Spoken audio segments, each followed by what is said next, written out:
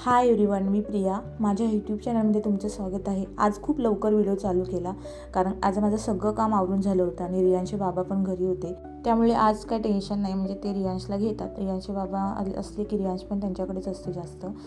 आज खूप दिवसांनी आमच्या घरातनं शिरा बनणार आहे. तसं आम्ही शिरा जास्त आवडीने असं खात नाही. रियांच्या बाबा आणि मलासुद्धा आवडत नाही जास्त, त्यामुळे एवढं काय मी कधीच बनवत नाही. पण आज खूप दिवसांनी बनवला होता. आज काय सकाळी टिफिन वगैरे नव्हता म्हणून चपाती पण बनली नव्हती आणि रियांशला सकाळी चपाती नसली तर मला काहीतरी बनवून द्यावं लागते. तर म्हटलं रव्याची खीर बनवणारच होती, तर म्हटलं आता शिराच बनवूया, म्हणजे आम्हाला पण होईल आणि त्याला पण होईल. तर तिघांनी मिळून छान असा नाश्ता केला आणि रियांच्या बाबांकडे आज काम होतं की रियांशला आंघोळ घालायचं. तसं सॅटर्डे संडेला ते कधीतरी आंघोळ असे घालतात रियांशला आणि मला पण बरं वाटतं, जरा आराम भेटतो. आणि तो एवढा आनंदाने आंघोळ करतो ना बाबांकडे, तसं माझ्याकडे नाही करत. माझ्याकडे मी जर आंघोळ घातली ना तर तो खूप मस्ती करतो आणि आता बघा व्यवस्थित कपडे वगैरे घालू देतो रियांच्या बाबांना तो. तसं मला अजिबात करायला देत नाही काय. आणि रियांच्या बाबांनी आंघोळ घातली ना तर तो मूड फ्रेश असतो, म्हणजे आंघोळ करताना पण चिडचिड वगैरे अजिबात करत नाही.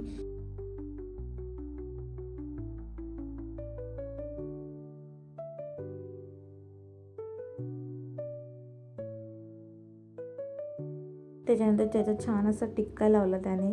आंघोळ घालून झालं, पावडर टिक्का वगैरे व्यवस्थित सगळं लावतात ते.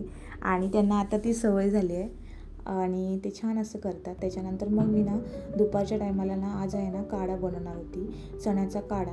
कोकणी पद्धतीने बनवणार आहे कारण माझी आई जशी करते तसं. कारण सर्दी झाली आहे मला आणि त्यांनासुद्धा, तर म्हटलं आज ना झणझणीत असा चण्याचा काढा बनवूया, त्याने थोडंसं म्हणजे बरं होतं. तर इथे बघा मी सगळं घेतलं आहे. तर सगळ्यात आधी तेल गरम करून घेतलं आणि त्याच्यामध्ये ना अख्खे मसाले, म्हणजे खडे मसाले असतात ना, गरम मसाला, ते टाकून घेतले. त्याच्यामध्ये कढीपत्ता टाकून घेतला, लसूण टाकून घेतली, कांदा टाकून घेतला आणि छान असं परतून घ्यायचं. छान असं भाजलं गेलं पाहिजे कांदा. आणि त्याच्यामध्ये नंतर टमाटर ॲड केला. तो पण छान मऊ होईपर्यंत, ते शिजेपर्यंत असं व्यवस्थित परतून घ्यायचा.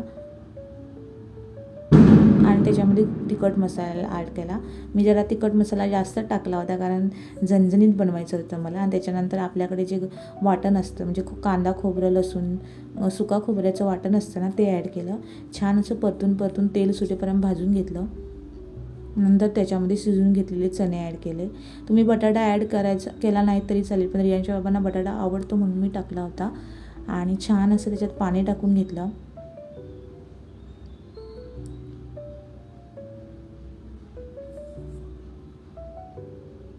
बाकी सगळे मसाले टाकून घेतले, म्हणजे गरम मसाला, हळद आणि धना पावडर असं सगळं टाकून घेतलं. थोडंसं असं मीठ पण टाकायचं.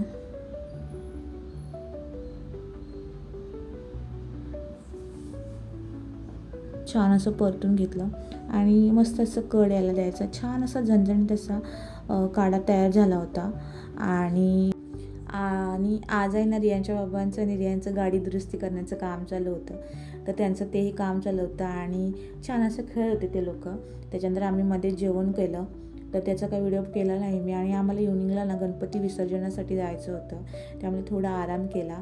आणि नंतर मग इव्हनिंगच्या टायमाला आम्ही बाहेर जाणार आहोत, त्यासाठी सगळं आवरून घेतलं मी. काम वगैरे जे काही आहे, कपडे घालणे किंवा भांडी घासणे, बाकीची सगळी कामं मी करून घेतली. रियांश पण छान खेळत होता आणि रियांशला घेऊन जाणार नव्हती मी, आईकडे रियांशला ठेवून आम्ही दोघं आणि माझे काकी आणि काकांची मुलगी असं आम्ही चौघंजणं जाणार होतो.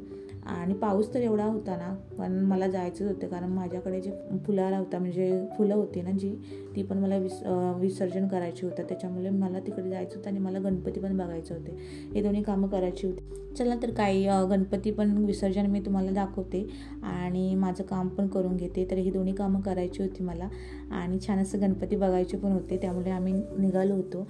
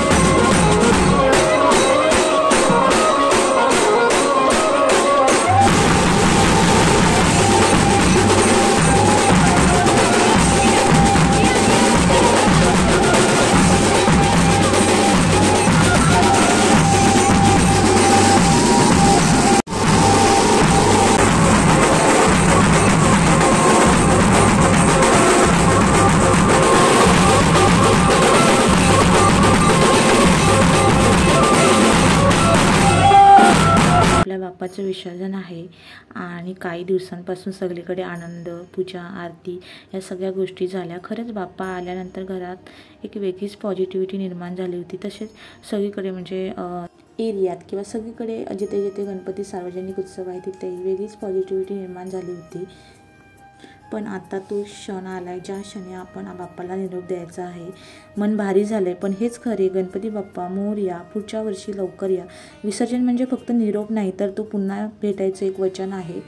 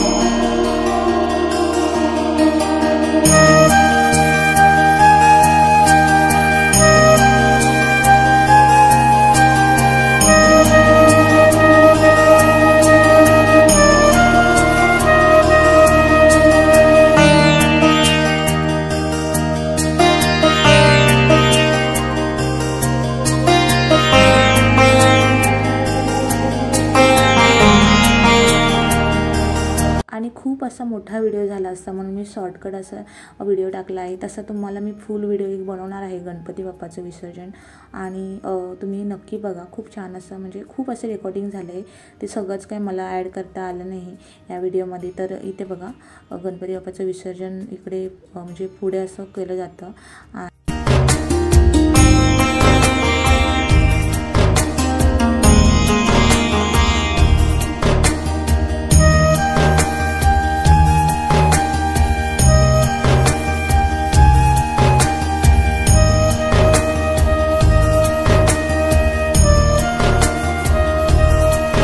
तर मंडळी इथे बघा हा डॉगू आहे ना, तो पण खूप दुःखी दिसत होता. तो पण बघत होता गणपती बाप्पाचं विसर्जन आणि त्याचंही कदाचित मन भरून आलं आहे. तर मंडळी सगळीकडे आरत्या झाल्या. छान छान असे गणपती बघितले म्हणजे मूर्त्या बघितल्या आणि प्रसाद पण सगळीकडे वाटत होते तो घेतला. छान अशी एन्जॉय केलं गणपती बाप्पा. आणि इकडे बघा गणपती बाप्पाचं आता विसर्जन आहे. खूप लांबून असं दर्शन झालं होतं पण खूप भारी आणि मन भरून आलं होतं. इथे बघा खूप लांब असं म्हणजे आम्हाला उभं राहायला होतं त्यामुळे काही एकदम जवळून रेकॉर्डिंग करता आलं नाही. जसं होतं तसं मी रेकॉर्ड केलं आहे. खूप छान अशी इकडे सेवा करतात आणि इकडे जी अरेंजमेंट आहे ना ती खूप छान आहे. मला खूप आवडली. तसंही मी फर्स्ट टाईम आली होती इथे डोंबिवलीला. तसं मग त्यामुळे काही एवढं माहीत नव्हतं पण खूप छान वाटलं इकडे आल्यानंतर. म्हणजे अरेंजमेंट गणपती बाप्पांचं जे सगळी सेवा आहे ना खूप छान केली आहे. तर भेटूया पुढच्या ब्लॉगमध्ये. तोपर्यंत बाय.